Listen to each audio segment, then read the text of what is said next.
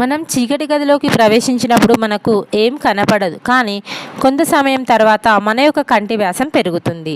దానివల్ల మనకు వస్తువులు కనిపిస్తాయి. ఇలా కంటి వ్యాసం పెరగడంలో తోడ్పడే వ్యవస్థ ఏది?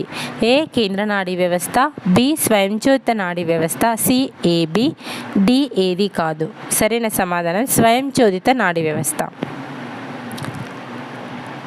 ఆహారనాళం ఎక్కడ వరకు విస్తరించి ఉంటుంది?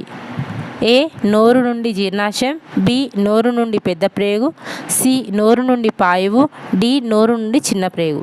సరైన సమాధానం నోరు నుండి పాయువు.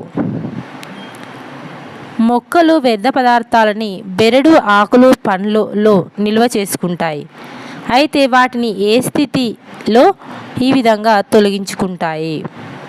ఏ పండ్ల దశలో రాల్చడం, బి పిందె దశలో రాల్చడం, సి పక్వ దశలో రాల్చడం, డి ఏది కాదు. సరైన సమాధానం పక్వ దశలో రాల్చడం. Thanks for watching. Please like and subscribe.